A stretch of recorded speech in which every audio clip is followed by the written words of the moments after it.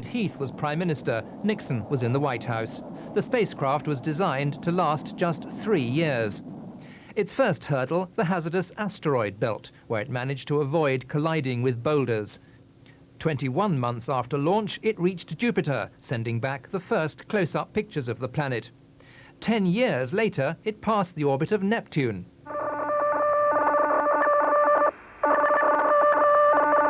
It was still sending out signals as it finally left the solar system. Space experts tracking it in California celebrated its success.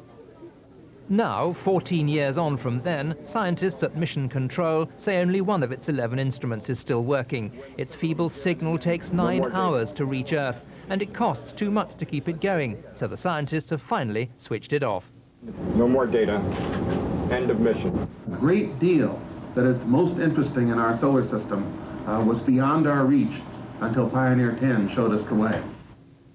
Pioneer will sail on deeper and deeper into space. Its next expected rendezvous will be with a star in 30,000 years' time. James Wilkinson, BBC News. Now, something definitely not cut adrift. The county of Rutland has regained its independence. Until the local government reorganisation of 1974, it was England's smallest county and has been fighting to recover the status ever since. Rutland raises the flag of independence again, breaking free from the neighbouring county of Leicestershire, which absorbed it 23 years ago today. It's a time many look back at with anger, though it wasn't the first occasion Rutland had to fight to preserve its self-rule. In the 1940s and in the 1960s, there had been earlier attempts to merge Rutland with some other local authority, not necessarily Leicestershire.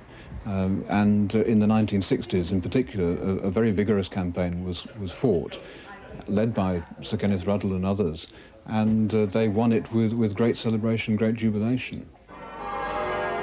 That joy's in evidence again as the county celebrates its rebirth as a shire in its own right. Just 20 miles across and with a population of only 34,000, it's England's smallest county.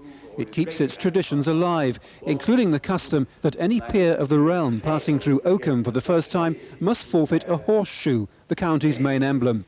I have the greatest pleasure in giving to you the horseshoe. Independence has had its hiccups. A blunder meant that council taxes were set too high, and despite a reduction, it's still a hefty increase. But most here still support independence, and the council leader shrugs off critics who say Rutland is too small to run its own services. What I think is absolutely important is that we're not treated as an Ealing studio B-class movie. This is not a Passports to Pimlico. This is Rutland coming into the 21st century, and believe me, Rutland will lead the way, and it's only a matter of time before it becomes a model authority for the rest of the country to follow.